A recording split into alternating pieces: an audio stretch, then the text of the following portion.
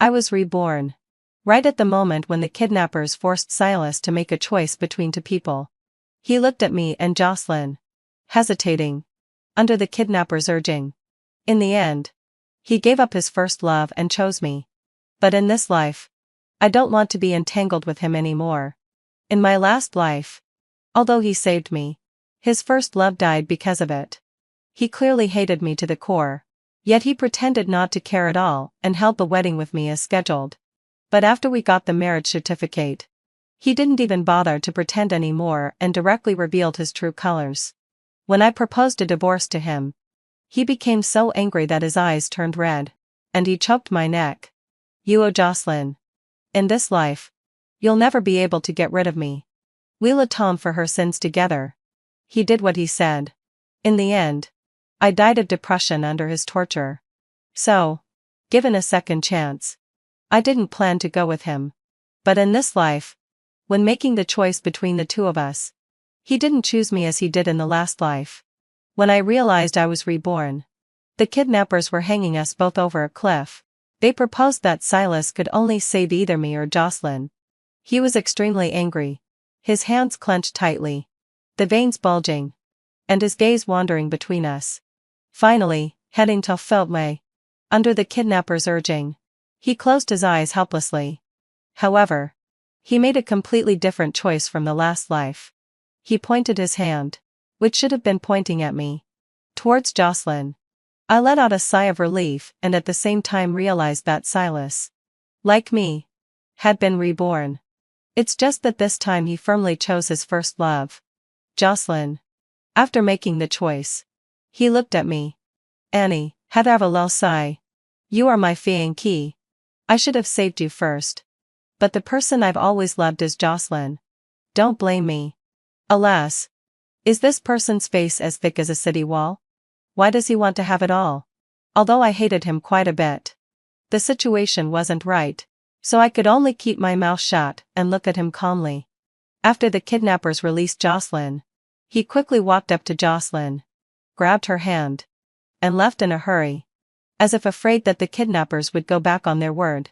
After Silas left, the kidnapper with red hair lowered me from the cliff. There seemed to be a hint of pity in his eyes as he looked at me. I looked up at the sky speechless lie. But I kept searching through my memories of the previous life. In my last life, when the kidnappers saw Silas arriving with the money, they went back on their word and suddenly increased the price. That's why there was the choice between the two of us just now. The money he brought could only save one person. If he wanted to save the other, he had to raise more money. But while Silas was going back to raise money, the kidnappers discovered the locator on Jocelyn. This made the kidnappers extremely angry. They not only destroyed the locator on Jocelyn but also destroyed Jocelyn herself. So, even though the police finally rescued Jocelyn, she couldn't get over what had happened in her heart and eventually committed suicide. But in this life, Silas was in such a hurry to take Jocelyn away that he didn't hug me like he did when he used the excuse of hugging Jocelyn in the last life. So, there was no locator on me either. Realizing this, my heart sank to the bottom. I knew that most likely, after Silas rescued Jocelyn, he probably wouldn't come back to save me. Self-rescue became my only way out at this moment. Maybe because the kidnappers saw that I wasn't making a fuss and was quite cooperative. They were a bit more polite to me and didn't tie my hands as they did when we first met. After the group of them gathered and discussed for a while, they got into the car one by one. I knew that they were going to transfer me to another place. While I was nervously recalling what happened in my last life and thinking about how to save myself on the way, there was an emergency brake. All of us in the car were thrown forward due to inertia. My head hit the seat in front of me, and I let out a muffled groan. The other kidnappers started swearing and cursing, and they were about to get out of the car angrily to check the situation. Just as they were about to open the door was opened by a burly man outside. Several people quickly took care of the kidnappers. I was so scared that my legs went weak, and I was completely dazed. There didn't seem to be such a scene in my last life. Right? Before I could react, Hector's face appeared in front of me. Annie, are you okay? Seeing the nervousness and worry all over his face, I was surprised for a moment. But I still said in a trembling voice, No, I'm okay. Hector didn't seem to have appeared in this kidnapping case in my last life. Right? Could it be that because I was reborn, it affected the course of events? Seeing that I had a calm expression, Hector thought I was scared. He hugged me tightly, patting my back while speaking softly to me. It's okay now. It's okay. Don't be afraid. I'm always here. Although I said I was okay, Hector clearly didn't believe me. He examined me from head to toe. Only when he found that there were only marks of rope burns on my wrists did he let out a sigh of relief. I was at a loss as to what to do, not knowing how to deal with it, as it was the first time he treated me like this. After all, before today, he was my sworn enemy. The kind of person who would start arguing as soon as we met, and he would pick a fight even when there was nothing wrong. But now, not only did he save me, but he also cared about me so much. His sudden change in attitude gave me a headache. It seemed that even though I had a second chance, there were still some things I couldn't control.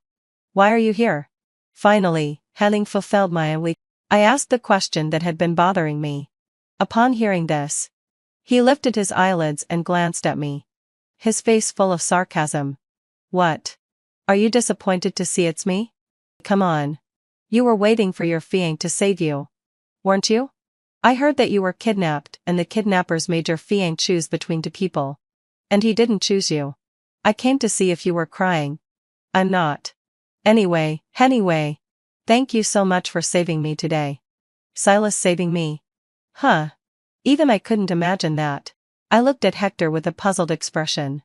Was he suffering from split personality? How could he look so worried about me just now? But now the words he said were so annoying. Thank you? You think you can just brush off the favor of saving your life with a simple thank you? Then what do you want? Upon hearing this, he looked at me with a playful expression. Can I do whatever I want? I really couldn't stand it anymore. Hector, can you be normal? He clicked his tongue and tossed the lighter in his hand upward. And be my servant for the rest of your life. What? You don't want to? Or do you want to repay the favor of saving your life by marrying me? As he spoke, he approached me. The oppressive feeling of a superior made me a bit overwhelmed. If I had to choose between the two, then I'll be your servant for the rest of my life. I regretted it as soon as I said it. I suddenly looked up and almost kissed Hector. I pushed him away in a hurry and didn't notice that Hector's earlobes were so red that they seemed to be bleeding. Fine. Then be my servant for the rest of your life. He said it in a carefree manner, but there was a hint of gnashing of teeth in his tone. He gave instructions to his subordinates, telling them to wait for the police here and hand over the situation to the police. Then he took me straight to the hospital. This minor injury really didn't require going to the hospital. But what I said never seemed to work with him. In the end, I was taken to the hospital by him. When the doctor saw the rope marks, he gave Hector a meaningful look and asked me seriously how I got these injuries. Seeing that I refused to say, he deliberately sent Hector away and asked him to wait outside for me. After he left, the doctor asked me softly if I needed any help. I shook my head, knowing that he had misunderstood. Before leaving, she also stuffed a business card into my hand and said that I could contact her if I needed help. I opened my mouth but didn't explain in the end. I thought Hector would send me home directly, but he took me to his home instead. I looked at him in confusion. After noticing my gaze, he looked at me as if I were an idiot. Before we find out who kidnapped you, it's better for you to be cautious. Although I'm not your fiend, I'm still your childhood friend. Do you think I would harm you? Although I didn't know why he was the one who saved me in this life, he was still as sharp-tongued as ever.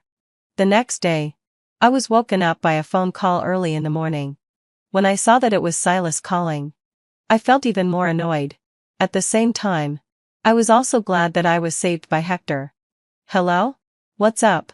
Annie, heading fulfilled Ryan sigh. The police told me that you were rescued. Are you okay? Yeah. I'm not dead. So, there's no need for you, Silas, to care about me.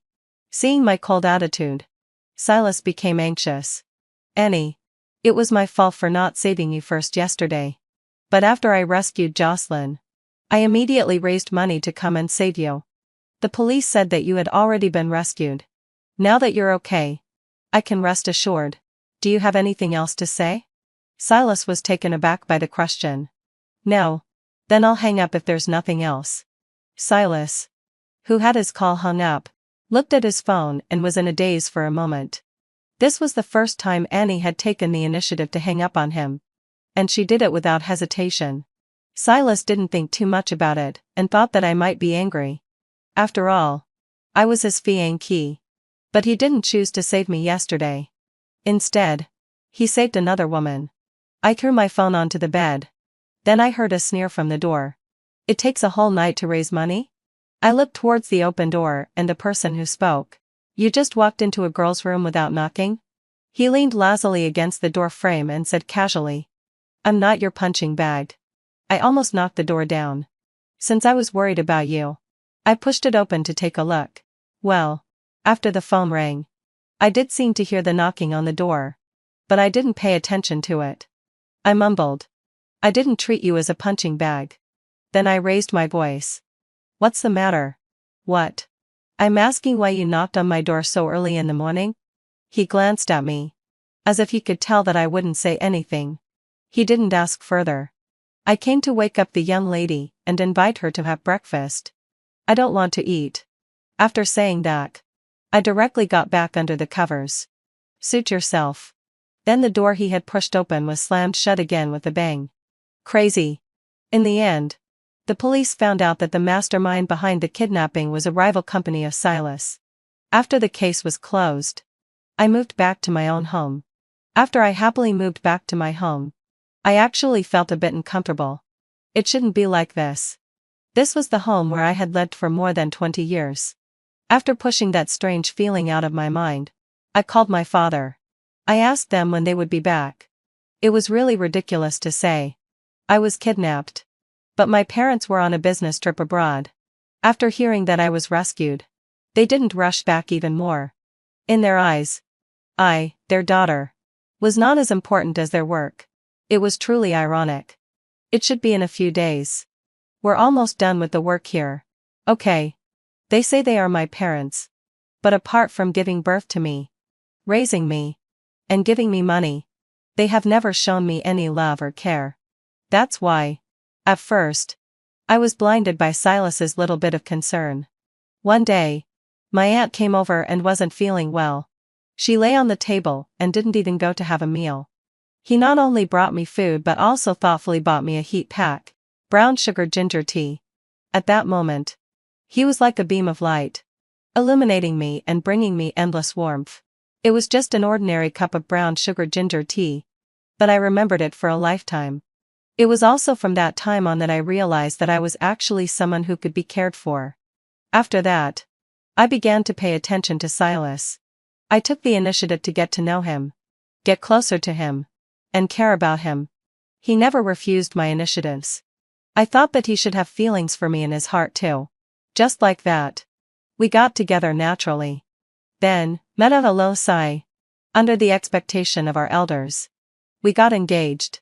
And it was only after I got engaged to him that I learned that he had a first love whom he loved but couldn't be with.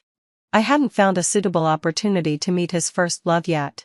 We were tied up together by the kidnappers. This kind of fate is really incredible. After my parents came back, I proposed to dissolve the engagement with the Silas family. They all knew the reason. And I thought they would definitely refuse at first. Just like in my previous life.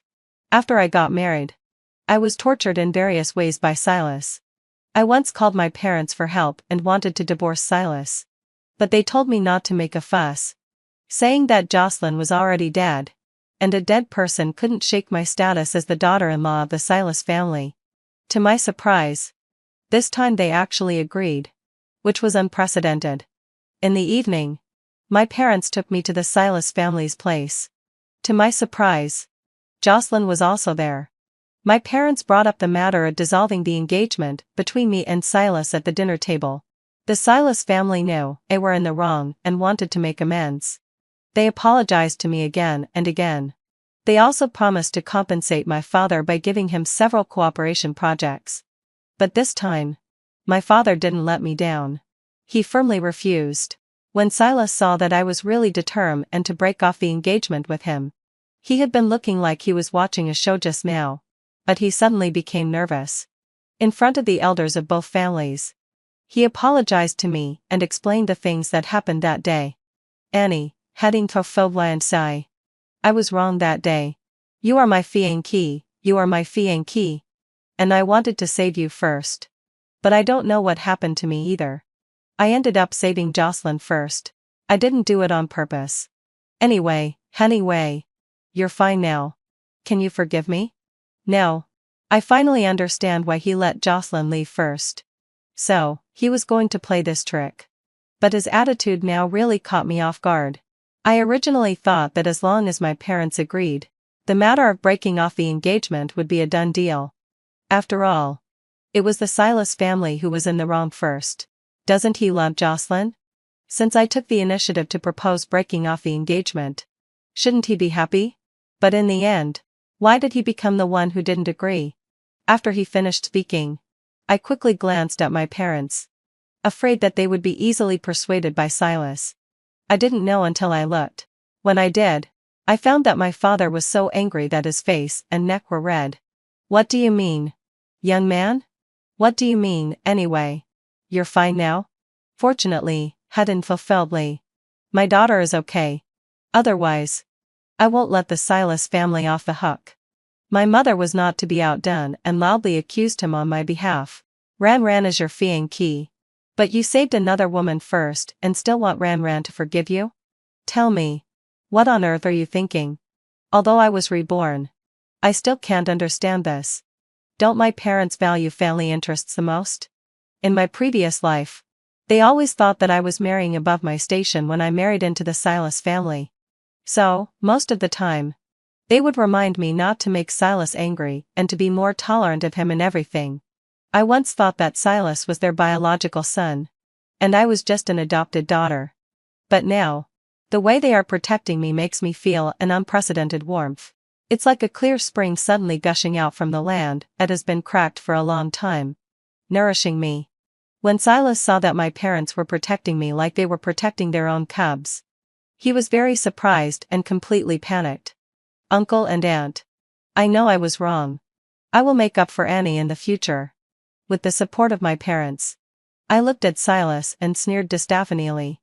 Make up for it? I don't care about Silas's compensation. Besides, didn't Silas say that the person he loves the most has always been Jocelyn? I'm here today to fulfill your wish. But now you want both. Who on earth gave you the confidence?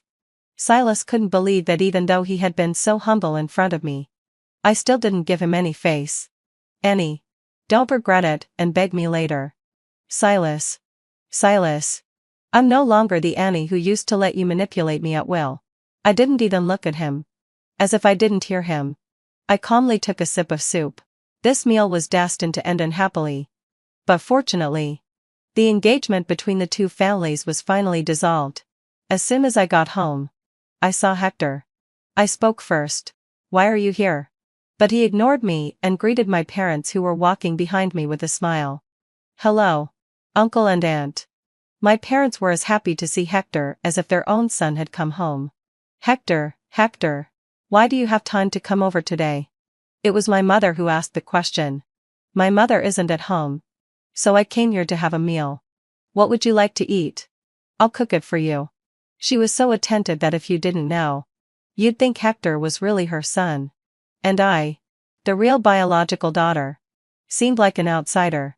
It's okay, Aunt. Nanny Liu is already cooking for me in the kitchen. That's good. Then I'll cut some fruits for you and Ran.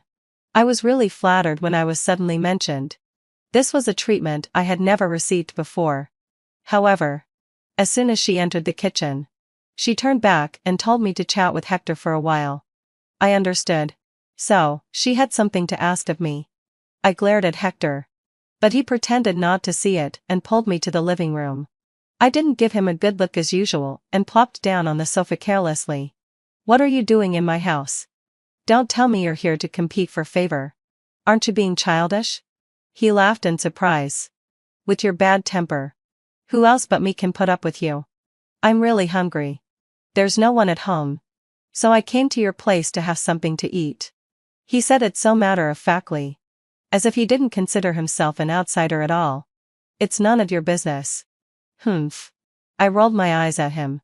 I heard that you went to the Silas family to break off the engagement tonight? I was shocked. How did you know? Did you install a monitor on me? How could I? I heard it from my mother. I have to admit that my mother really treats his mother like a sister and tells her everything. So, what did the Silas family say? What else could they say? They were in the wrong first, so of course they agreed. He had an expression that said, I knew it. That's right. After all, Silas doesn't like you. You're making room for his first love to be the young mistress.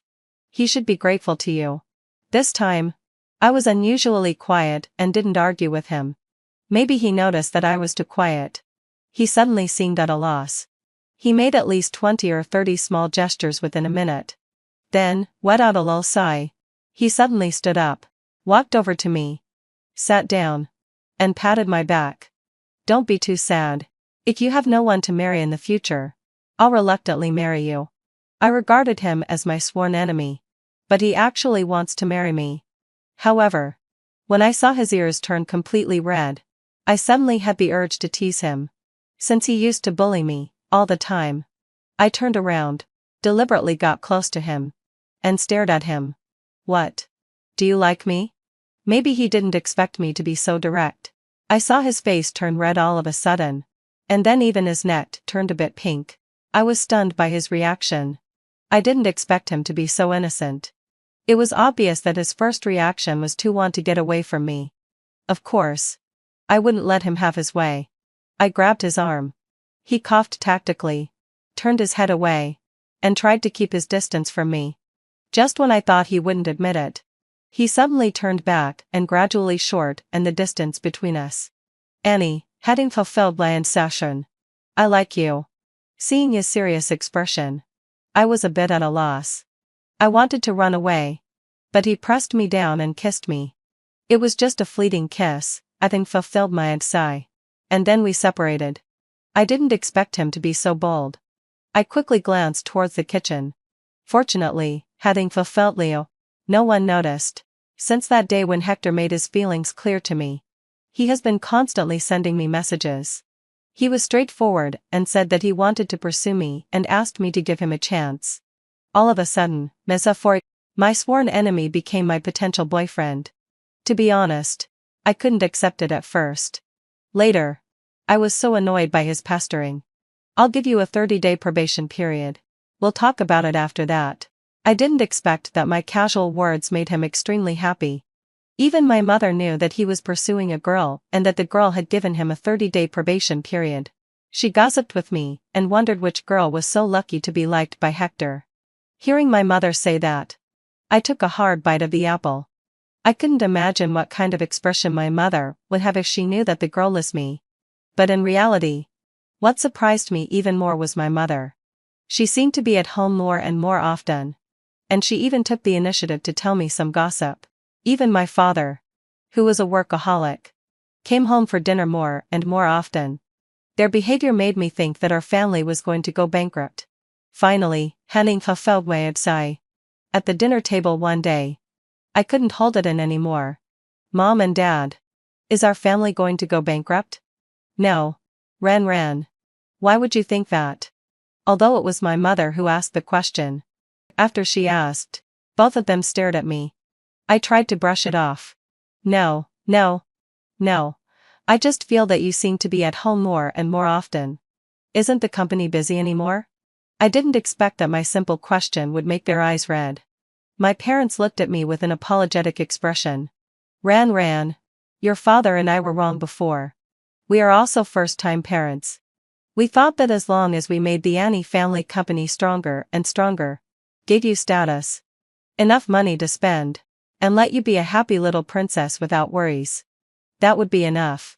But your mother and I ignored the love and care for you. But it won't be like that in the future. We will spend more time with you and make up for the love and care that you lacked before. Ran, will you forgive us? Although it was very late in this life, I finally waited for it. Didn't I? I nodded with a choked voice. My mother couldn't hold it in anymore. She turned around and hugged me into her arms. Ran. I'm sorry. I'm sorry. After the family talked things out, our relationship became much closer. It wouldn't be as awkward as it was at first. When I received the engagement invitation from Silas and Jocelyn, I wasn't surprised. Instead, I thought this was how it should be. Not long after, Hector came to see me. I could feel his nervousness and cautiousness, but I didn't understand why. Did you just receive an invitation? As if thinking of something, I looked at him with a hint of playfulness. Huh? What invitation? Seeing that I didn't know, he panicked and quickly changed the subject. It's not important. I was just asking casually. Is it the engagement invitation from Silas and Jocelyn? You received it too? I suddenly thought it was quite boring. And then in love really doesn't have much sense. Is it strange that I received it? It would be strange if I didn't receive it. I thought that at their engagement party, the person they most wanted to see must be me. So, are you going? What do you think? If you don't go, I won't go either. If you go, I can accompany you. Isn't Silas your brother? He doesn't deserve it. But you used to have a good relationship. It was all for someone. There was a somewhat gritted teeth tone. I looked at him with a smile. Not pretending anymore? He pulled me into the stairwell. Yeah. Not pretending anymore. As soon as he finished speaking, he kissed me. However, this time it wasn't like the first time. Just a fleeting kiss. He turned into a big bad wolf, gradually luring me, slowly devouring me. I was kissed until my body went weak. Fortunately, heading fulfilledly, he held my waist so that I wouldn't fall. I lay in his arms, breathing heavily. He leaned on my shoulder, his breath spraying on my earlobe, and said in a hoarse voice, Ran, don't seduce me next time. I'm afraid I won't be able to control myself. After speaking, he deliberately nudged me. I looked at him in astonishment. Rogue. I was startled by him and instinctively pushed him away. But when I left him, I almost fell. Fortunately, heading fulfilledly, he quickly held my waist. Back in his arms again. I wisely hugged his thin waist and didn't dare to move anymore. I didn't expect Silas to have the nerve to come to see me. You received the engagement invitation from me and Jocelyn, right? President Silas came to see me just to ask if I received the invitation. Seeing that I was angry, he actually seemed to understand something. If you regret it, I can cancel it at any time. The position of Mrs. Silas is still yours. Listen, is this human speech? However, when I was about to leave with a wave of my hand, I understood why he did this. A businessman is a businessman. Interests always come first. When I heard about the land in the west of the city, I stopped in my tracks. If I remember correctly, in the previous life, Silas not only successfully acquired this land, but also used this land in his hand to take the company to a higher level. Such a good thing. I definitely don't want to miss it. But it's really a bit unexpected that he would come to me. I got straight to the point. Why me? He looked at me, seemingly certain that I would cooperate with him, and didn't hold back. The Silas family alone can't swallow this land, so I came to cooperate with you. Indeed, at this time in the previous life, I had already married Silas. He also coaxed me to let him manage the Annie family, and I was bound at home by him and became a full-time housewife. I think this is also the reason why he came to me. But in this new life, not only do I not want to have any relationship with him, but I also don't want his company to climb to a higher level on my shoulders. However, at the moment, the land that the Silas family can't acquire, the Annie family also can't swallow in one go. This is really difficult. Whose hands is that land in? I don't know. That person is very mysterious.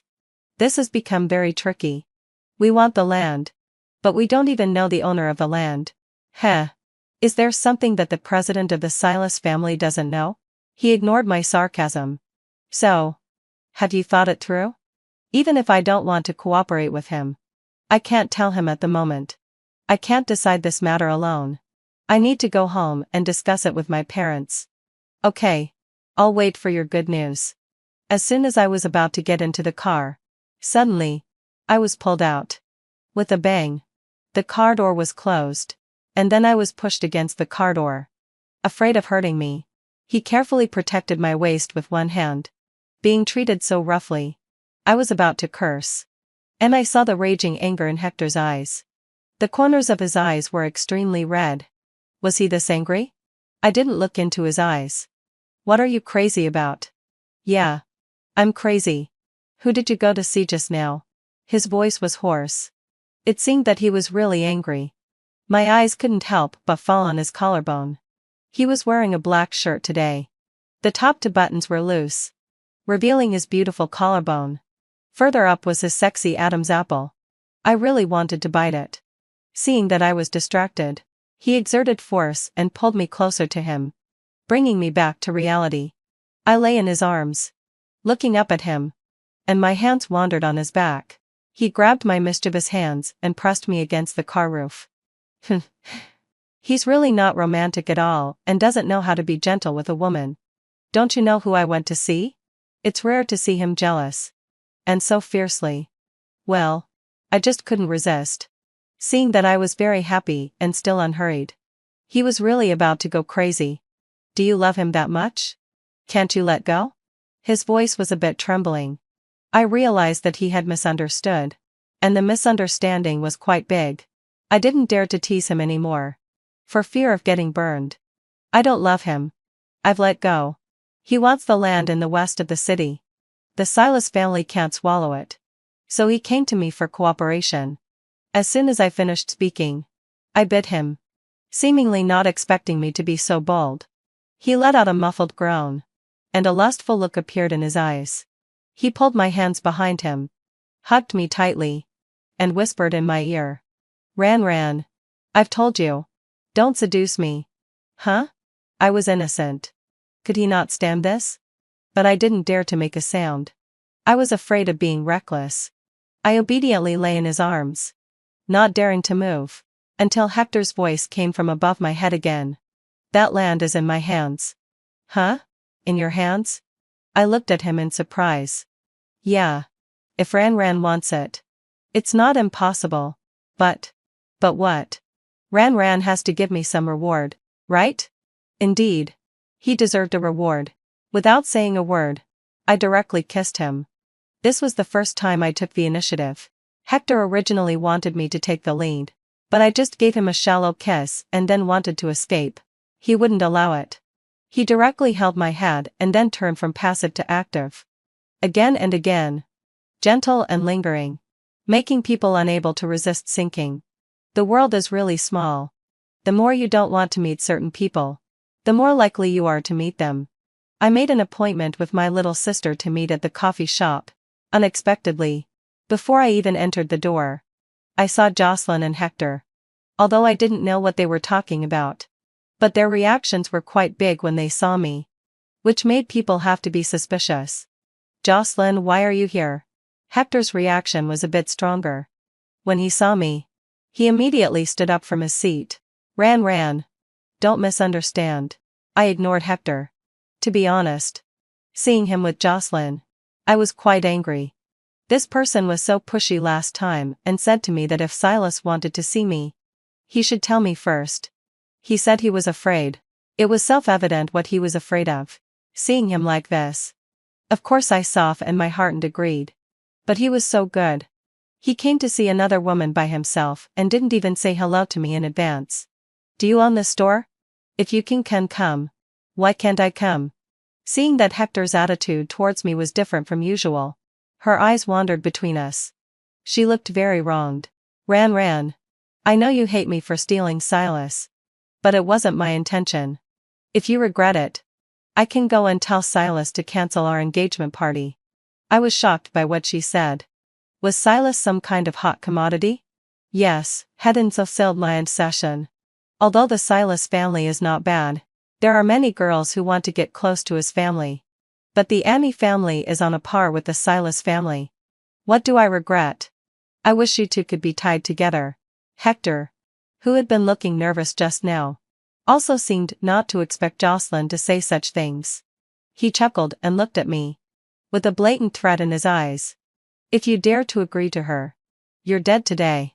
I rolled my eyes at him. Do I seem like the kind of person who can't tell right from wrong? What made me even more angry was that this person couldn't have a little confidence in himself. Didn't he know how attractive his body was to me? Jocelyn. I'm not a garbage recycling station. Garbage should stay in the recycling station properly. She stared at me for a long time, and finally found an excuse to leave. Before leaving, she said to Hector, Hector, you can think about the cooperation first. I have something else to do, so I'll go first. Cooperation? Although I was puzzled, I didn't ask. I sat directly across from Hector and looked at him, waiting for him to explain. He explained to me, saying that he originally wanted to tell me later, because he didn't know why Jocelyn came to him for no reason. Finally, hadn't fulfilled Ryan's say. He even looked wronged. If it weren't for you, how could I have agreed to meet her? I looked at him speechlessly. This reason was barely acceptable. Seeing that I wasn't angry, he continued. Jocelyn came to me for the land in the west of the city. Silas sent her. I understood in my heart. It seemed that Silas was determined to get the land in the west of the city. Unfortunately, no matter how much effort he put in, that land had nothing to do with him. After listening to his explanation, my little sister arrived. So, I didn't hesitate to leave Hector behind, although he was reluctant.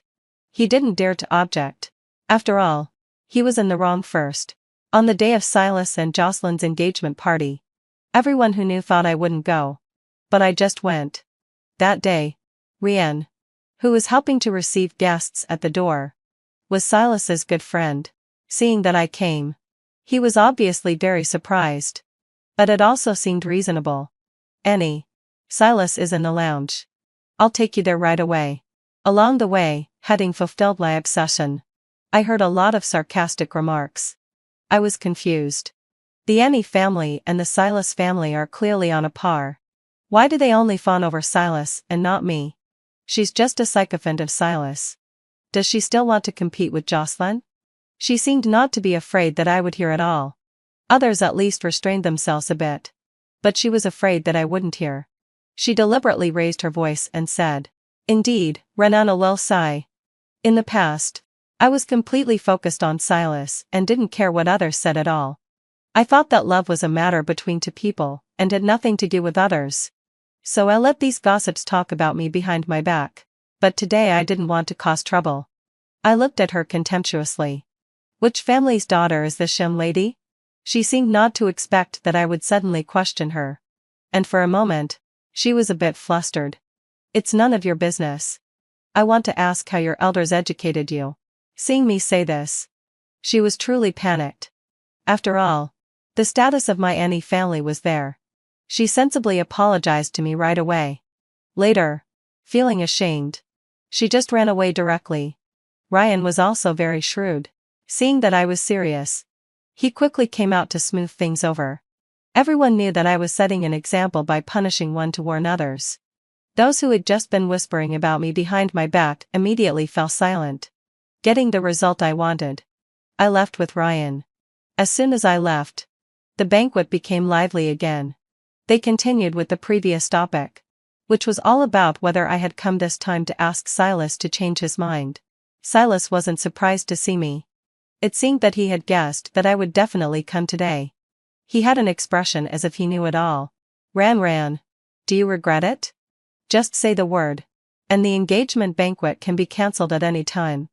How much did these two dislike each other? They both wanted to cancel the engagement banquet. I sneered. I didn't know why they were all so narcissistic. There's really no need. I wish you two were locked together for good. I'm being sincere. Also, having fulfilled my obsession, I hope that the three of us won't contact each other anymore in the future. We'll be strangers if we meet again. Please convey this to Jocelyn.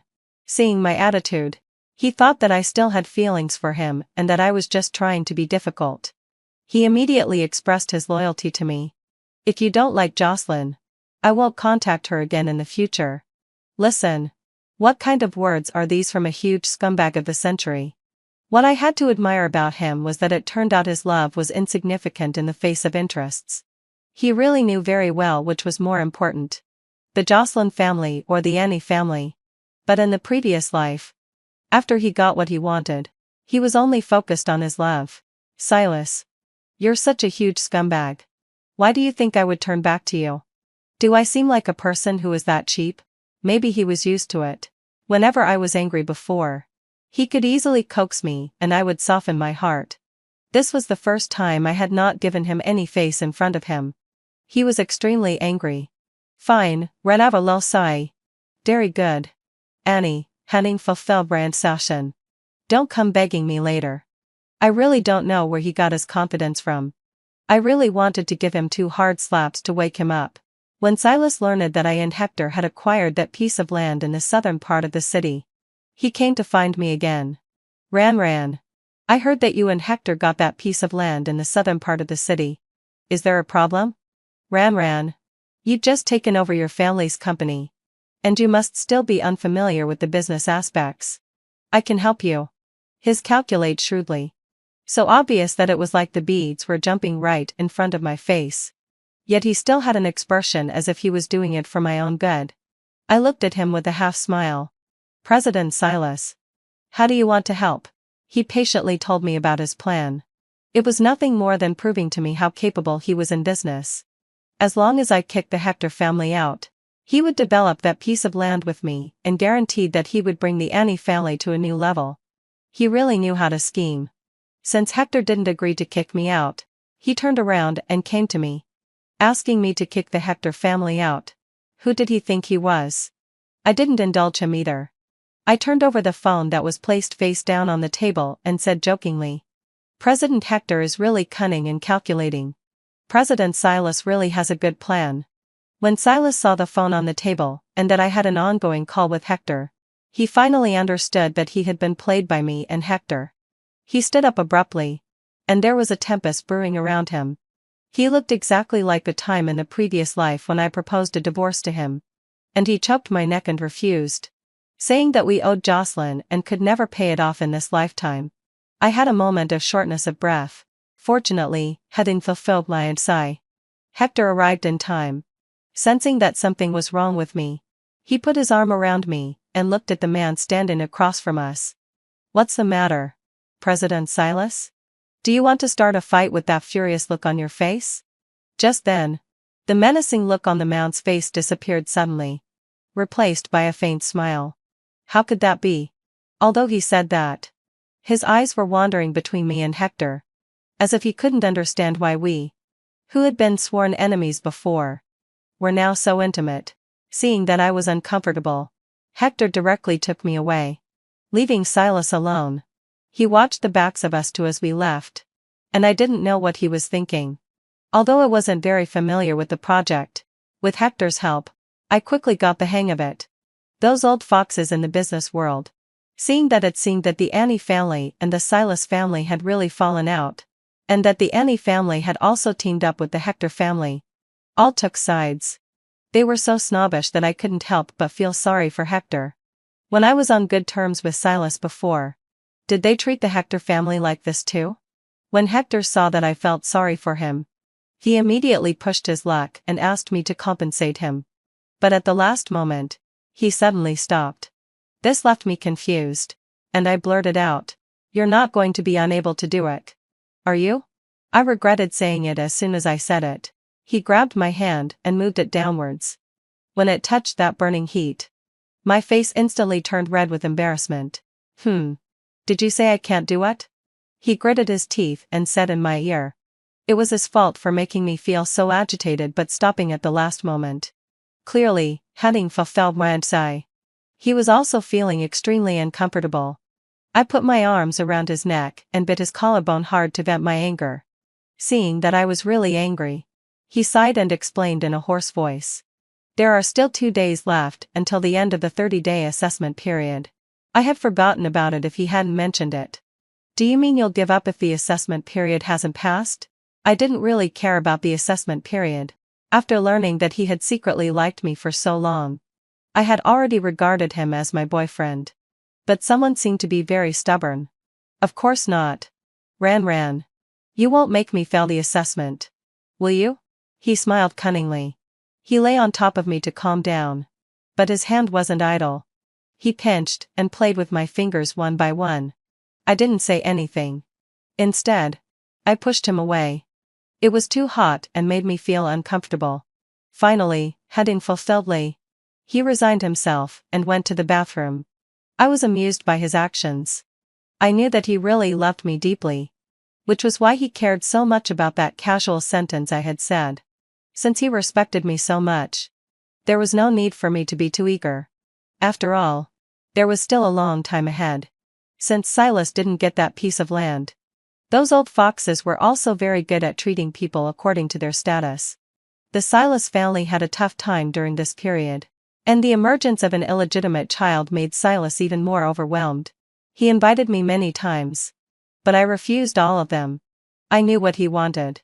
However, ever since I was reborn in this life, I didn't want to be entangled with him anymore. Now, I even hoped to stay as far away from him as possible. Finally, heading fulfilled right side. When I got married to Hector, he finally saw me. As soon as he saw me, he couldn't wait to ask me if I was also reborn. When he saw that I wasn't surprised at all when he mentioned rebirth, he suddenly went crazy. I knew it. I knew it. You loved me so much. How could you say you don't love me anymore just like that? Then he apologized to me with a repentant look on his face. Ran. I'm sorry. I was wrong in the previous life. After you left, I realized that I had already fallen in love with you without even realizing it. So, given a second chance, I wanted to save Jocelyn first, so that we could be together without having to worry about others. I had everything prepared. But, no matter how much I calculated, I didn't expect that Hector would rescue you before me. I also didn't know that you were reborn too. Ran. I really want to make up for what happened in the previous life. I really love you. Can you forgive me and give me another chance? He said this with tears streaming down his face, looking at me with anticipation. But I was unnerved and still tried to persuade him gently. Silas, the past is in the past. Let everything go. Whether it was in the previous life or this life. Let's stop entangling with each other and let each other go. After saying this, I left without looking back. But at the door, I saw Hector. I didn't know how long he had been there or how much he had heard. I was thinking about how to explain it to him. After all, rebirth was like a crazy dream for ordinary people. But he didn't ask anything. Instead, he came over and took my hand. Finally, heading fulfilled right session. Under the urging of the kidnappers, he reluctantly closed his eyes. Hector, who was standing outside the door, had rushed to Annie's place as soon as he heard that Silas was also here. Although he was the one who was going to marry Annie, Ran had loved that person for 5 years after all. He was really afraid. When he heard Silas mention rebirth, his heart skipped a beat. This also provided a reasonable explanation for why. In this life, when the kidnappers asked for a choice between two people, Silas didn't choose Ran as he did in the previous life but chose Jocelyn instead. When he heard Silas crying and repenting to Ran, he was indeed nervous for a moment. But when he heard that Ran finally rejected him mercilessly, he finally confirmed Ran's feelings for him. So, when Ran came out, he didn't ask anything or say anything. Instead, he directly took her hand and walked towards the auditorium. When Silas saw that Annie had decisively rejected him, he immediately broke down. He couldn't accept it. Clearly, has undecide. In this new life, he had arranged everything. Why did he still lose her in the end? He was completely devastated after that, indulged in drinking. And finally, Silas was marginalized by the illegitimate son of the Silas family, Owen. And Owen became the new president of the Silas family. When Jocelyn saw that Silas only had Annie in his heart, although she was unwilling, she had no choice. On the day Silas fell from power, she left Silas again and went abroad. At the wedding, Annie's father and Annie's mother had great confidence in Hector. They happily handed Annie over to Hector. Not at all like they were giving away their daughter as in the Silas family, but rather like a son marrying a daughter-in-law. Seeing that their daughter finally had a good destination in this life, Annie's father and Annie's mother looked at each other and happily hugged and cried in the corner. The art studio was on fire.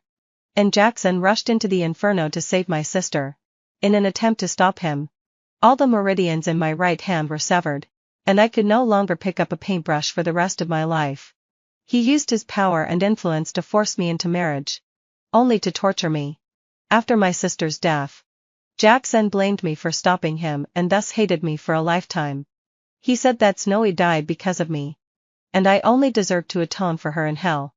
When I opened my eyes again, I was back on the day of the fire. This time, I chose to let go and watched as he rushed into the sea of fire and was reduced to a disabled person. Flames filled the sky, and I suddenly realized that I had been reborn. Reborn back to the day when the art studio caught fire. My sister Snowy was trapped in the art studio, crying continuously, "Jackson, save me. It hurts so much." Jackson's eyes were bloodshot, and without a second thought, he was about to rush in. I held onto Jackson's arm tightly, and suddenly, waves of sharp pain hit me. Jackson clenched my left hand so tightly that I could hear my bones creaking. He roared, "Ella, if anything happens to Snowy, you'll pay with her life." He did as he said. The pain Snowy had endured, he returned to me 1,000 times over. He called his men and locked me in a sauna room, leaving me to be steamed to death. A strong sense of suffocation spread throughout my body. Snowy died in the fire that day, and Jackson made me die in the hottest days of summer. Instinctively, I let go and watched as Jackson plunged into the sea of fire without looking back. The fire instantly engulfed his figure, and the thick smoke made my nose sore. In my previous life, Jackson crushed my left hand, but I still tried my best to stop him. Snowy died just like that. When she was carried out, she was burned beyond recognition. At that time, I felt extremely lucky. Fortunately, I stopped Jackson. Otherwise, he would have been burned to a charred mess too. It's all your fault. All because of you. If you hadn't stopped me, how could Snowy have been burned to death? Jackson was like a madman. He knew clearly that my dream was to become a world-famous painter. Yet, he still cut the meridians of my left hand himself, making it impossible for me to pick up a paintbrush again. He grabbed my hair and threw me onto the cold ground, forcing me over and over again to pay for Snowy's life. I had never seen Jackson like this before. I knelt in front of him, desperately pleading for his forgiveness. But he refused. Soon, let out a low sigh, I became the target of bullying by all the schoolmates. Everyone was accusing me of killing Snowy. My life and studies turned into a mess. In the end, Jackson even used his power to prevent me from taking the college entrance examination. Later, he used all means to marry me, and then began to torture me like a devil. I cried and begged him to give me a sip of water. And he said, "Ella, have you ever thought about how desperate Snowy was when she was being burned alive? All the pain you're suffering now is to pay for the life you owe. You don't deserve a happy life. You deserve this for the rest of your life. You deserve to live in pain. You'll never be able to escape this, never." That's how I died. Steamed to death. All that had happened in the past played over and over again in my mind. I regretted the decisions I had made countless times. In this new life, I chose to let go resolutely. At the very least, I saved my hands. And I still had the right to pursue my dreams. The medical staff quickly carried the two black charred figures onto the vehicle, and as Snowy's family member, I followed. In this life, I'm really curious to see what kind of reaction Jackson, who voluntarily rushed into the sea of fire for Snowy, will have when he wakes up. After all, he's the most arrogant young master in the elite circle. Jackson held Snowy tightly under his body, and he himself was severely burned. When Jackson's parents arrived, the doctor was just holding the surgical consent form, looking for the family members to sign. The fire is too fierce. His leg nerves are severely necrotic and amputation is necessary. Jackson's mother couldn't bear it and fainted directly. Jackson's father quickly caught her. Looking back at me, Jackson's father said in a rather dissatisfied tone, "Didn't you say you liked him? Why didn't you stop him? How could you watch him rush in and die? You really disappoint us." I tried my best to hold back the smile at the corner of my mouth. Uncle Jackson, I tried to stop him, but he didn't listen to me. What could I do? Also, I'm not the daughter-in-law of your Jackson family. I have no reason or status to interfere. Jackson really likes someone else. He voluntarily sacrificed himself for that person and no one can interfere with his personal will. Jackson's father, who knew his son's private life well, didn't know what else to say and could only continue to discuss with the doctor whether Jackson's legs could be saved. In the end, Jackson still lost his legs. Looking at Jackson's tragic state, I couldn't help but feel delighted. At this moment, a nurse came up to me. "Are you Snowy's family member? Your sister is trying to commit suicide. Come quickly." I followed the nurse to Snowy's ward. Before entering, I could already hear Snowy's crying coming from inside. "How can I dance in the future? Why did you save me? Why not let me die?" As soon as I entered, I saw my mother holding Snowy and crying. "It's all your sister's fault. She didn't protect you well. You two are fraternal twins. Mom will ask her to donate skin for you. Snowy, don't be so desperate." As soon as my father saw me, he flew into a rage and pointed at my nose, scolding. "Was it you? You were jealous that your sister was going to represent the school in the city's dance competition, so you deliberately set the fire to burn her? You clearly know how important this competition is to her. You've burned her. How can she dance in the future? You've been jealous of her since you were a child. You must have deliberately retaliated against her." After saying that, he raised his hand to hit me. It was the same in the previous life. When they learned that Snowy was gone, my parents almost beat me to death. We were clearly twins, but my parents liked Snowy more. From childhood to adulthood, I was never allowed to touch anything that Snowy liked. My parents always told me that I was the elder sister and that I had to give in to and protect my sister. I was actually born only 1 minute later than her. I should be the younger sister. When I was deliberately retaliated against by Jackson, my father said I deserved it. Later, when Jackson wanted to marry me, they agreed without thinking. When I was locked up and humiliated by Jackson, they were holding a religious ceremony for Snowy. If they hadn't helped the evildoer, Jackson wouldn't have dared to humiliate me so unscrupulously in the previous life. I thought about it for a lifetime but didn't understand. Just before I died, I suddenly understood. Some parents just don't deserve to be parents. Reborn. I'll make them taste the despair I once felt. I dodged my father's slap directly, my eyes fierce. Snowy tried to burn my masterpiece but ended up lighting the curtain instead. That's the direct cause of the fire. Don't you believe me? You can go and check the surveillance in the art studio. I just called and asked. The surveillance wasn't damaged by the fire. Snowy, do you want to take a look? Snowy was have a guilty conscience. Of course. She didn't dare to look. I smiled. You're lucky. Jackson is in a much worse condition. He has extensive burns all over his body and couldn't even keep his legs. It's such a pity. The young master of the capital's elite circle will have to spend the rest of his life in a wheelchair from now on. Hearing this, the light in Snowy's eyes dimmed instantly, and she inadvertently showed a look of disgust. Even though Jackson came from a wealthy family, he had become a disabled person. How could he match the proud Swan Princess? My mother still didn't give up. Snowy's calf was burned. Cut off your skin and transplant it to her.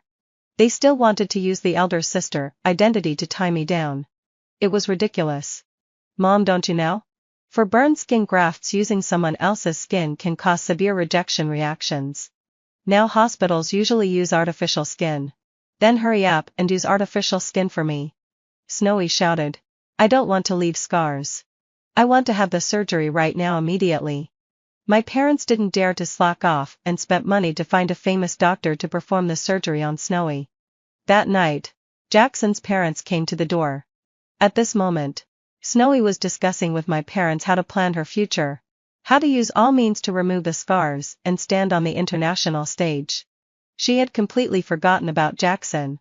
Jackson's parents had gloomy faces, and the aura around them was extremely cold. My son became disabled for you. You've been awake for a long time. Why haven't you gone to see him? He's been looking for you ever since he woke up. Hurry up and go see him. Jackson's father said as he was about to pull Snowy's arm. She screamed and explained. Uncle Jackson, you misunderstood. Jackson and I aren't a couple. I'm very grateful for his life-saving grace. But I won't waste my life for him. I can't marry him.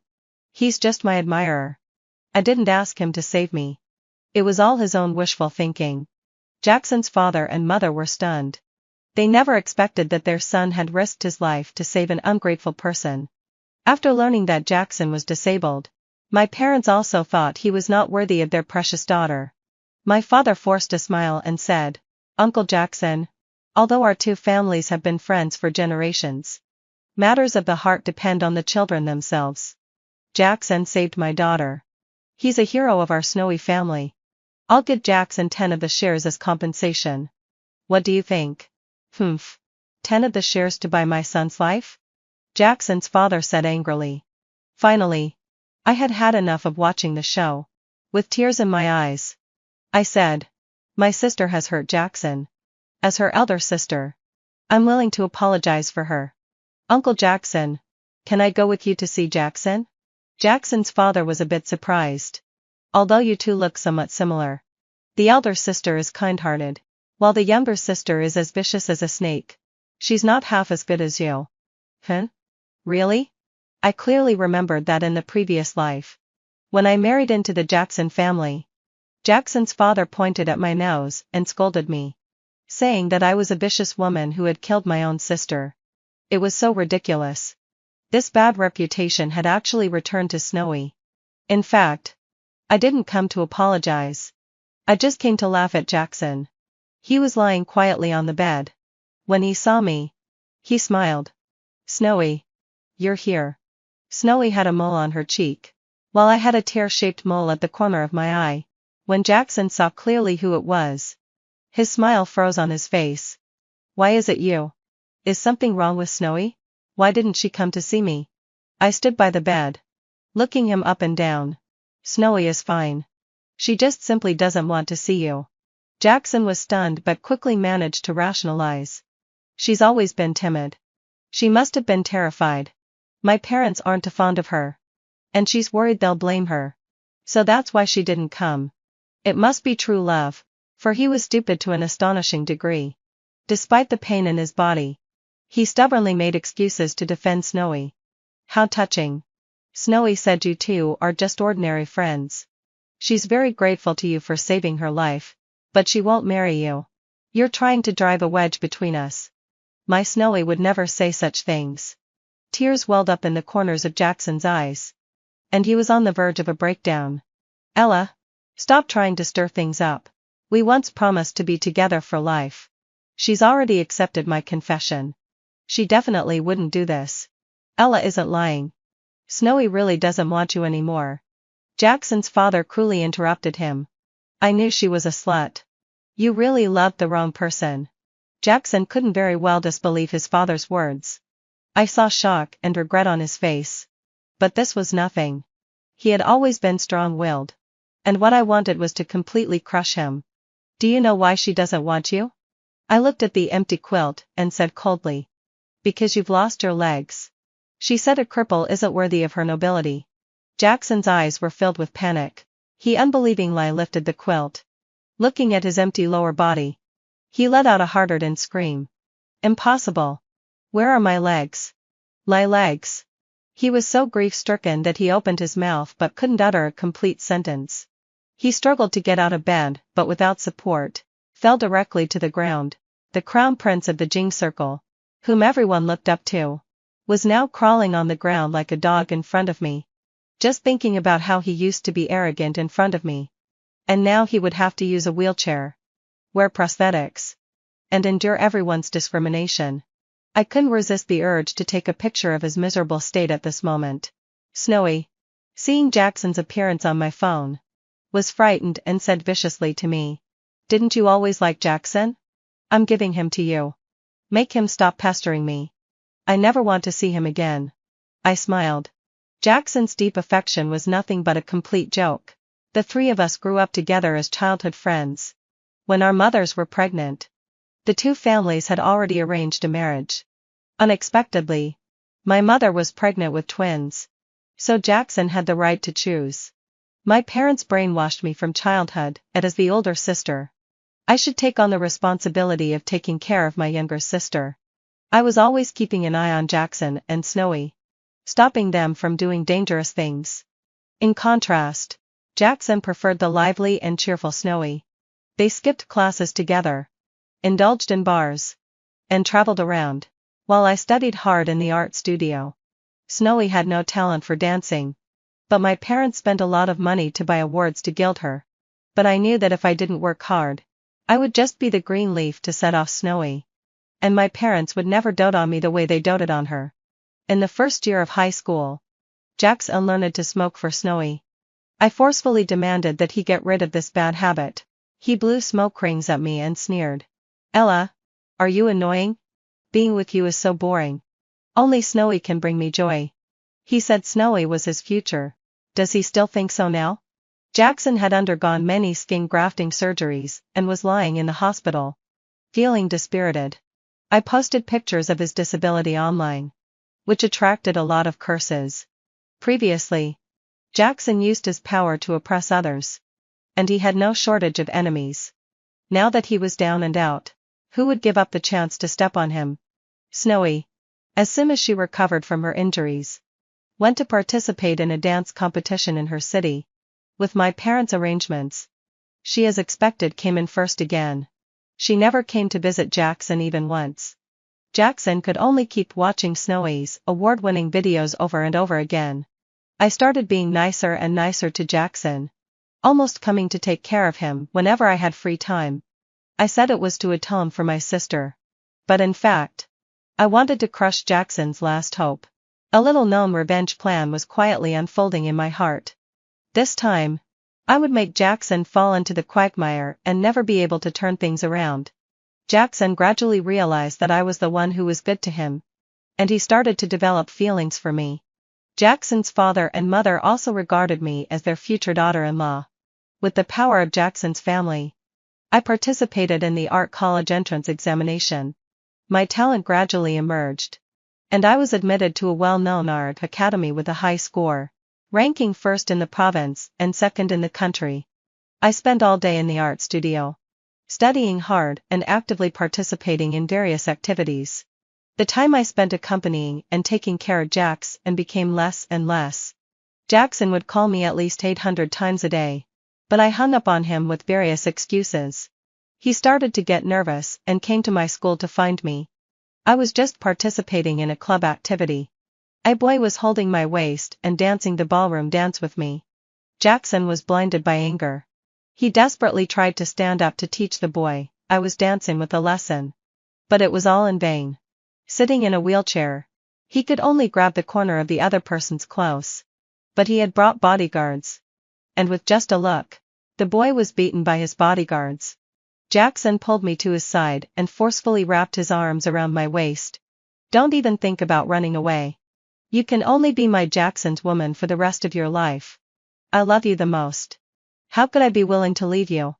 I gently comforted him to reassure him. He tightly held my hand. "Ella, you have to take care of me for the rest of my life. Promise me you'll never let go of my hand. Okay?" I smiled. He was starting to become paranoid about losing me. What he said was really disgusting. But it didn't matter. More things that would stimulate him would happen next. On the weekend, I went home. Snowy was fooling around with her new boyfriend on the sofa of the Snowy family. My arrival interrupted them, and Snowy was very annoyed. "You can't enjoy the happiness I have with that disabled person, can you? You're jealous that my man is rich and powerful, right? You just had to come back at this time."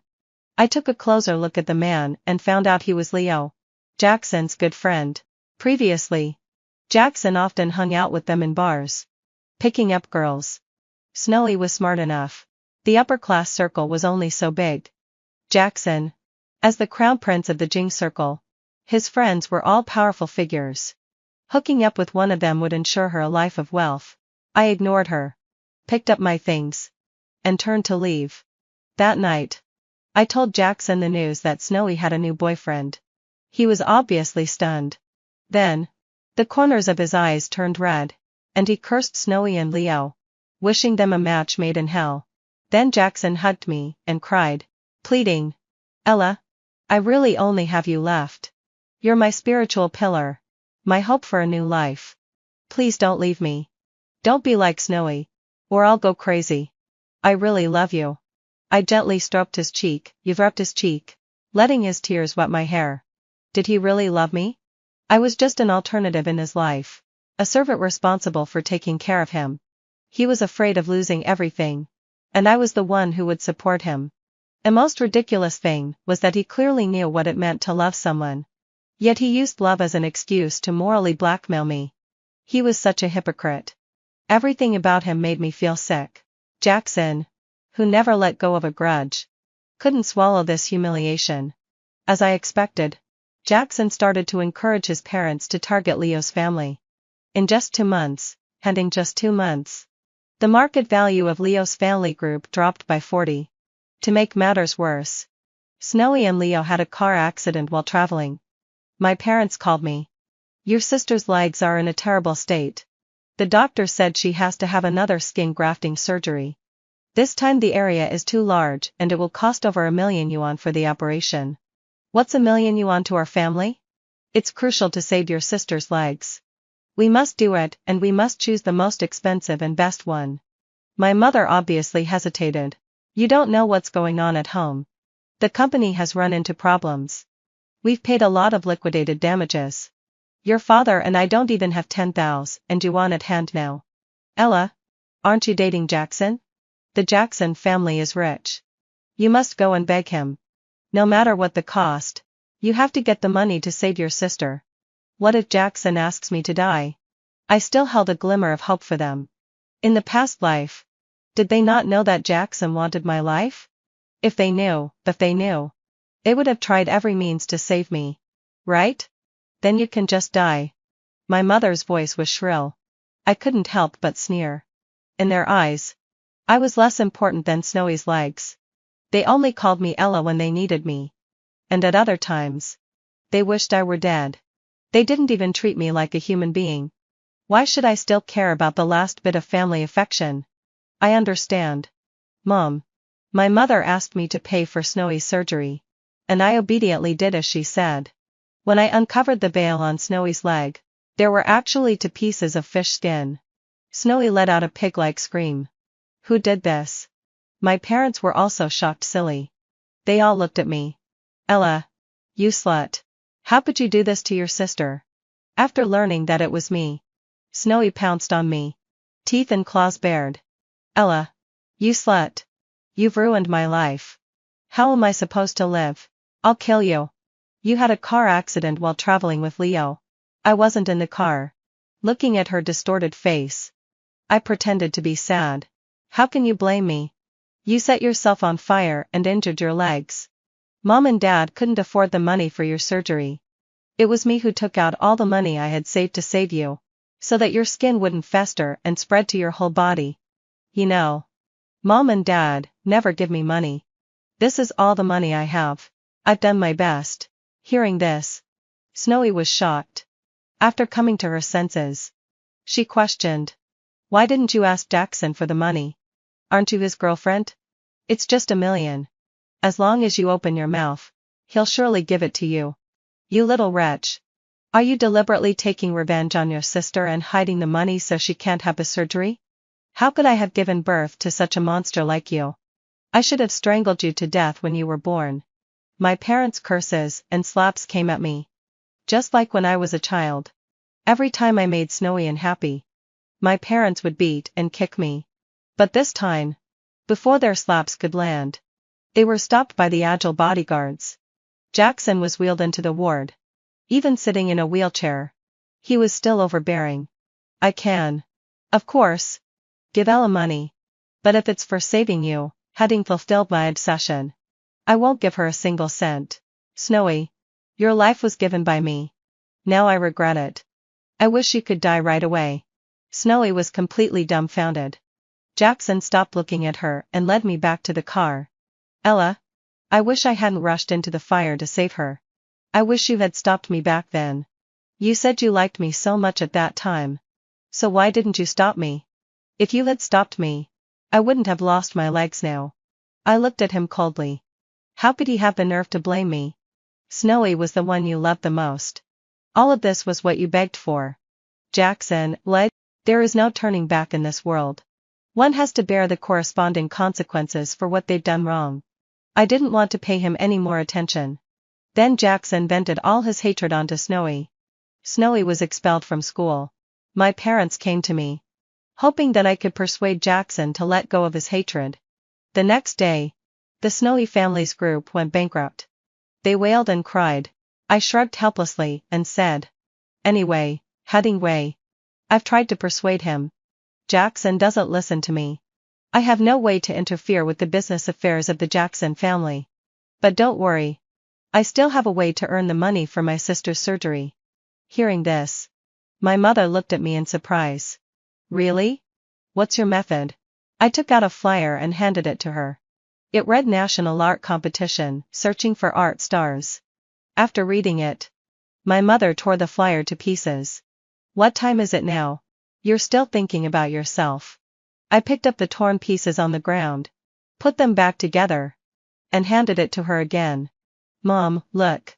It says here that the champion of the competition can not only sign with an internationally renowned art team, but also get 1 million yuan as a dream-chasing grant, which is just enough for my sister's surgery."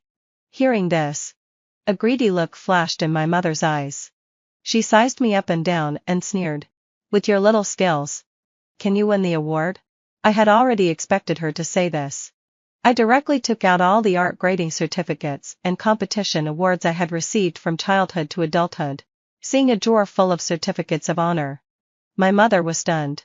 "I had no idea you had won so many awards." She seemed to want to say something but stopped. The words were on the tip of her tongue, but she didn't know how to say them. I knew she should be well aware that she was an incompetent mother. They had tried so hard to cultivate Snowy. But in the end, Snowy achieved nothing. On the contrary, I, who had been ignored by them, was an outstanding student with numerous awards. From childhood to adulthood, they only had Snowy in their eyes and couldn't see any of my shining points. But it didn't matter. I wanted them to willingly become my pawns. "I promise I can win the championship if I participate in the competition. However, the registration fee for the competition is 100 yuan. Are you sure you'll give all the prize money you get to Snowy for her surgery?" Under my mother's suspicious gaze, I nodded firmly. "My sister's life is more important. The registration deadline is tonight. After I win the championship, I can pay off the money soon." I knew they didn't have a penny. I deliberately handed her the business card of a loan agency. "The registration is today." My mother fell into silence. Finally, heading to Filray. She decided to take a gamble. Gradually, Edding fulfilled my essay. My parents stopped caring about Snowy and instead supervised my training every day. On the day of the competition, they took Snowy with them and sent me to the competition venue. As soon as Snowy got in the car, she started crying and accusing our parents of being biased. They were willing to take a loan to send me to the competition, but were not willing to do the same for her surgery. My mother slapped her hard. "Snowy, the family is bankrupt. Even if we could borrow 1 million yuan, we couldn't pay it back. Your sister can earn 1 million yuan with 100 yuan. Now we can only wait for Ella to win the competition, and then you'll have the money for the skin grafting surgery. Do you understand?" Snowy's head was slapped to one side, and her eyes were blood red. I kindly handed her a handkerchief, but she threw it on the ground. "Ella, don't get too cocky. You're just a tool for our parents to make money. You can't take away my parents' love for me." I couldn't help but smile. She had become a child afraid of being abandoned. This slap from my mother had shattered her self-confidence. No matter how my parents apologized later, Snowy always had a sullen face, filled with resentment that lingered for a long time. I was getting closer and closer to the success of my plan. I passed through all the difficulties smoothly and entered the finals. Netizens all praised me as an art genius. And the judges also thought I would be the final champion. During the live final competition, the auditorium was full of audiences cheering for me. My mother was extremely happy and showed off with a big grin. "Ella is my daughter. She's a genius painter recognized by the whole network. Her hands are inherited from me." My father was also shouting. "She will be a superstar in the art world in the future. She's our pride." Only Snowy, who was being ignored, stared at me viciously from the audience. On the gorgeous stage, under the dazzling lights, in front of all the cameras, I waved the paintbrush in my hand, pouring all my efforts over the years into it. When I submitted my improvised painting, it stunned everyone. My painting was shown on the big screen, and the audience burst into thunderous applause. As expected, I was the champion of the finals. But just as the host announced that I was the champion of the competition, the door of the venue was pushed open. Jackson appeared surrounded by bodyguards and shouted sternly, "Who allowed you to come here and participate in the competition? The champion of the competition signs a contract with an international team and needs to develop abroad all year round. Do you want to leave me quietly?" I looked at him with a wronged face. I just wanted to earn money for my sister's surgery. My parents begged me to do this. This sentence ignited Jackson's anger. "Snowy is your daughter. But isn't Ella your daughter too? You've been sucking her blood like crazy all these years. You even take the prize money she gets from the competition to pay for Snowy's surgery. You're not fit to be her parents. I will never let your conspiracy succeed." Jackson pointed at my parents' noses and cursed. Then he picked up the microphone and announced to the whole audience, "Sorry, everyone. My girlfriend has decided to withdraw from the competition and give up the championship title. This action was equivalent to giving up $1,000,000 prize." My parents' faces changed drastically, and they rushed forward to stop him. Only Snowy didn't move. Jackson said to her, "Snowy, this time you leaked the secret to me, so I'll let you off. In the future, you'd better stop having ideas about Ella." My mother looked at Snowy in disbelief. "Was it you? You leaked the secret? You idiot. How could I have such a stupid daughter like you?" Snowy laughed maniacally. "Yes, cutting so filled my obsession. It was me who leaked the secret. Are you heartbroken? Heartbroken that I've ruined your genius painter daughter?" My mother was stunned, her whole body trembling with anger. She raised her hand and slapped Snowy in the face. "Have you lost your mind? Don't you know how much money she can earn for the family when she becomes famous? Your father and I won't need to work anymore, and you won't need to work hard for the rest of your life. You can live a carefree life relying on her paintings. Now that you've ruined her, where will the money for your skin grafting surgery come from?" "Surgery? You still remember I need a surgery? You took a loan to make her famous. I thought you only had your genius painter in your heart." Snowy laughed even more wildly, like a monster's roar. My mother was frightened by her appearance and quickly comforted her. "Mom and Dad love you the most. We did all this for you." She tried to hug Snowy, but Snowy pushed her away violently. "You hypocritical parents. I hate you." My mother's hand froze in the air, too angry to say anything. My father couldn't help but shout, "Snowy, your mother and I have doted on you since you were a child. We've tried our best to meet all your needs. How could you call us hypocritical? Has your conscience been eaten by a dog? All of this is because I'm prettier than Ella and sweeter mouthed. You take me out because I bring you more face.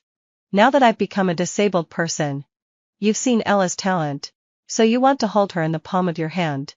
You can't wait to throw me away like trash. I'm telling you, don't even think about it. I'm going to ruin Ella and all your hopes. You don't deserve to be parents. Never." Snowy was hysterical and my mother fainted directly.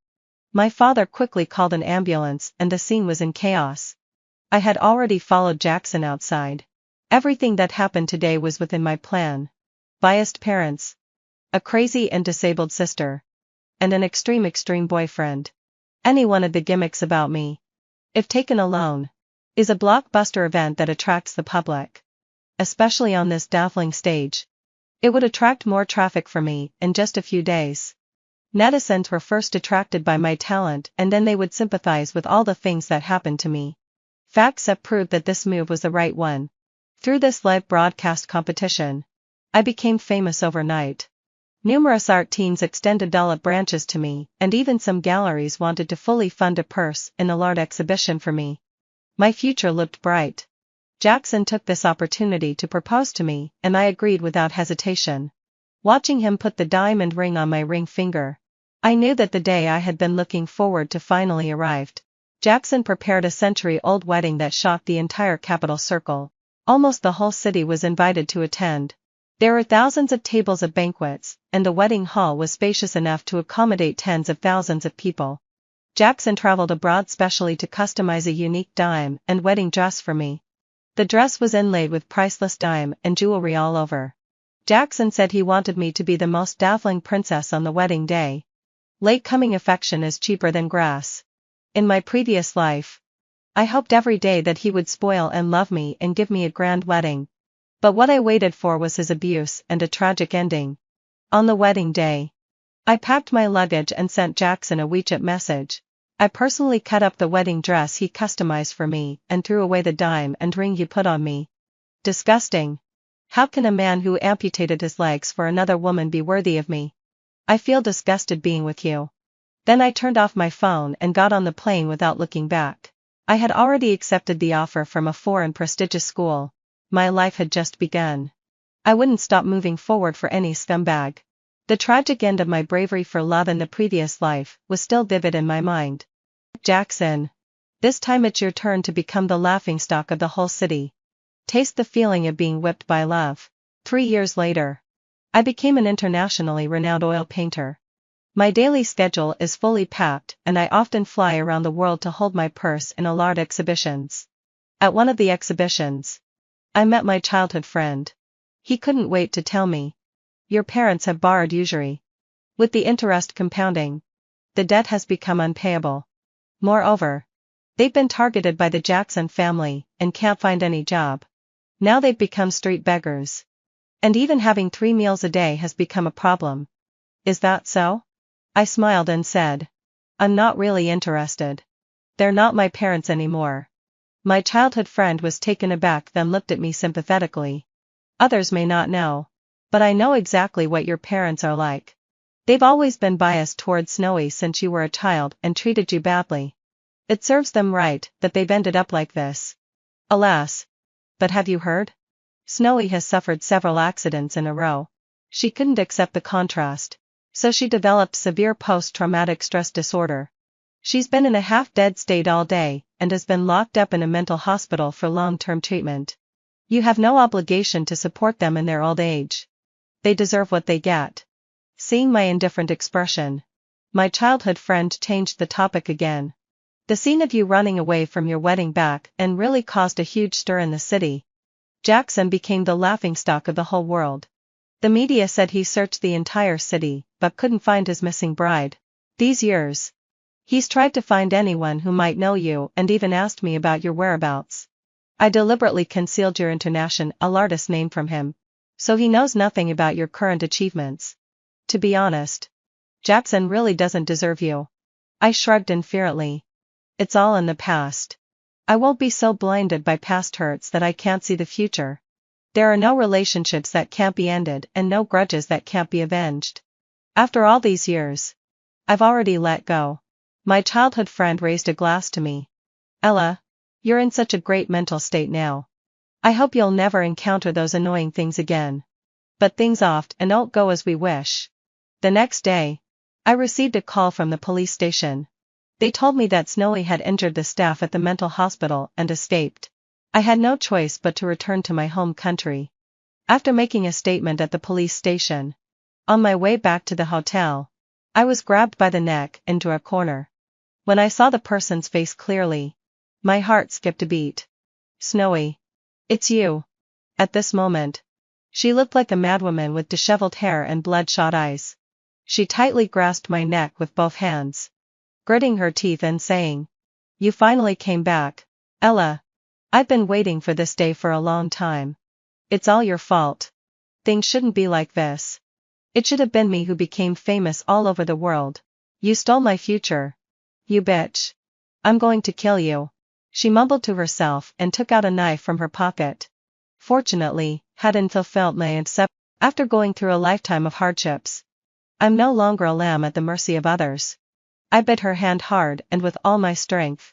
Her hand was instantly torn. The intense pain made her step back repeatedly. I took the opportunity and turned to run. Snowy chased after me with the knife. When I reached a fork in the road, a sudden vehicle blocked my way. Snowy took the opportunity to pounce on me. At the same time, The car door opened. A figure quickly blocked in front of me. The knife in Snowy's hand stabbed into that person's body. I finally saw the person's face clearly. It was Jackson. He desperately tried to subdue Snowy, and then called the police. I looked at them coldly, and suddenly felt like laughing. I was about to leave as they fought each other. But Jackson suddenly called out to me. Ella. One day after you left. I finally figured everything out. You stopped me from jumping into the sea of fire back then. I was glad. Thinking I finally didn't have to be a cripple anymore. But I blamed all the mistakes on you in that world. I tortured you like a madman. I deliberately left you in the sauna room, making you experience the same pain as Snowy. In the end, you died in the sauna room. After you died, I felt an emptiness in my heart. I didn't expect you to die. I didn't control the temperature well that day. I realized later that I had unconsciously fallen in love with you. But because there was a life between us, I didn't want to bear the heavy price. So I made you endure all of this. After you died, I went to the police station to turn myself in. But I could never see you again. Jackson's face was covered with tears. There was a dagger stuck in his chest. But he seemed not to feel the pain. Because his heart had already been too painful to feel anything. Ella. Over these 3 years, I've watched you achieve what you have step by step. You're really amazing. I don't deserve you. I've always been afraid to disturb you, because I know I'm not worthy. But Ella, can you forgive me? I'm going to die. Blood was still gushing out from the wound on Jackson's chest. After gasping out these words, he fell to the ground. I remembered those days when I was locked in the room and tortured by him. I pleaded with him again and again to forgive me. But he said, the hatred of killing one's wife should not be forgotten. I replied inferiorly, heartfeltly. I will never forgive you. Even though you just saved me. I still won't. There was someone who once told me that the hatred of killing one's wife should not be forgotten. Jackson stared at me blankly, unable to say anything. The police car and the ambulance arrived at the scene soon. The police subdued the almost crazy Snowy. And Jackson was taken to the hospital for emergency treatment by the ambulance. The injury affected his heart. And Jackson passed away that night. Snowy was convicted of injuring the mental hospital staff, arson, and murdering Jackson. She was sentenced to death by the court and was to be executed the next day. The little princess that my parents doted on the most in the past couldn't even make them live a comfortable life for half a day. In the last life, Jackson tortured me in every way for Snowy. In this life, still wide sigh. The two of them hurt each other and didn't end well. This might be the so-called karma. But it has nothing to do with me anymore. When I returned to my home country to hold an art exhibition, a pair of homeless people who claimed to be my parents came to me. Ella. Our dear daughter. Mom and Dad know we were wrong. We bet on the wrong person before. Please give us another chance. We will cherish you for sure. Hearing their ridiculous begging, I directly asked the security guards to drive them away. In this life, I built a stage with my dreams. I just want to love myself well. As long as I look forward, the door to my dreams will eventually open for me. Let those so-called love and family affection go to hell. The end.